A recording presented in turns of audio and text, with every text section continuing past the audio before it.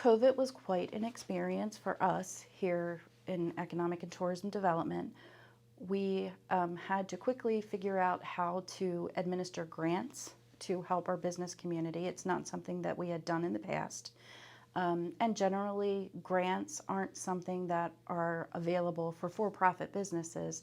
There's nonprofit grants out there, obviously, and there are some for-profit business grants for research and development, technical, energy efficiency, things of that nature, but they're very specific and usually require a match.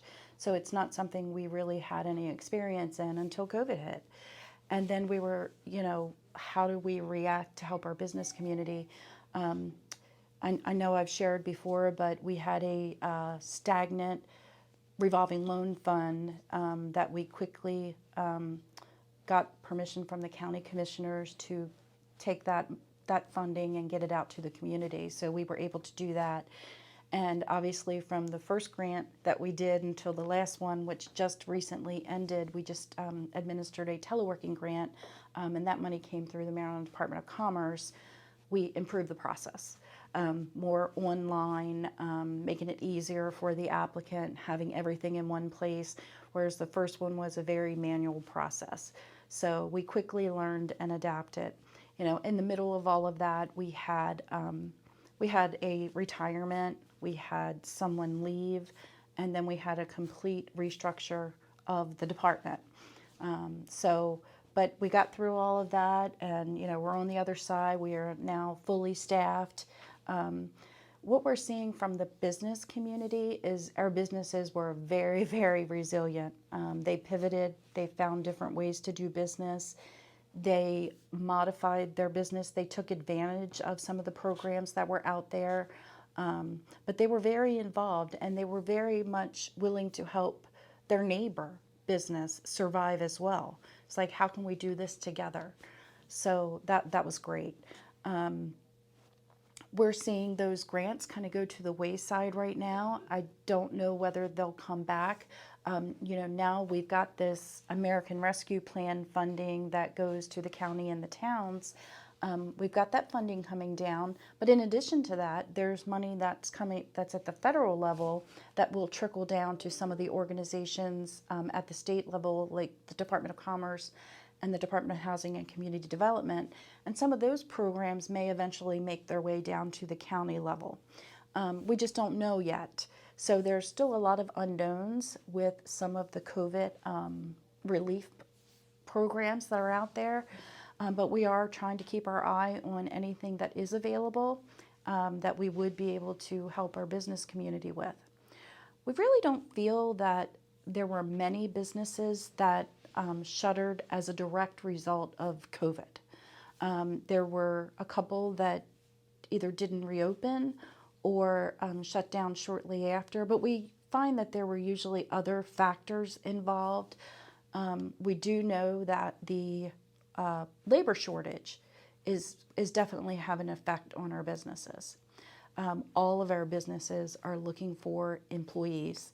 So anybody looking for a job anywhere, we want to tell them, come to Kent County, we've got the jobs. And we have a lot of great employers here that offer great benefits. And I really try to encourage people, really look at the benefits in conjunction with the dollar per hour, because it's not always about that dollar per hour.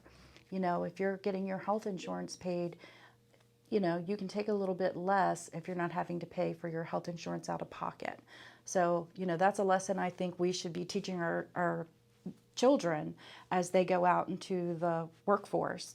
But that's probably not always happening, because I've seen people jump ship for 50 cents an hour. So those are some things we need to consider. But we are trying to figure out different ways that we can help our employers find employees. We've revamped the way we send out job postings on social media. So trying to get the message out more. And we do see that they receive a lot of engagement. So we know that people are looking. They might not be applying, or they, maybe they're hesitant for whatever reason, and there are many reasons I think some people are hesitant to re-enter the workforce, COVID being one of them, But I think that's a small portion. It could be childcare issues. It could be wages. It could be caring for parents or caring for other loved ones. But we are really focused on helping our existing businesses in growth and expansion. And I believe there is plenty of room for growth and expansion.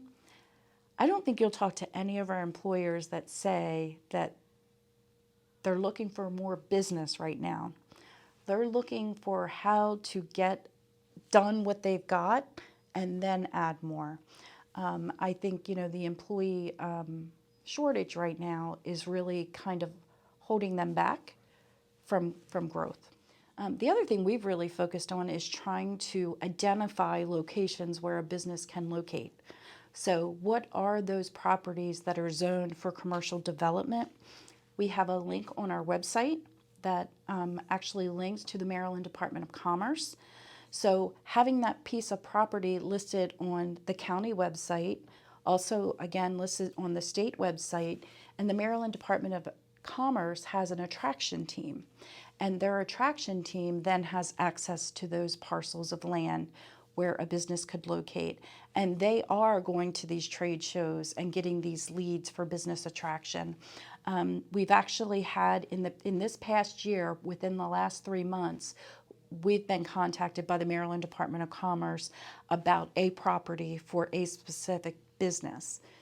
I've been with the county now for 10 years, and I've been doing this for 8, and that's the first time Commerce has contacted us.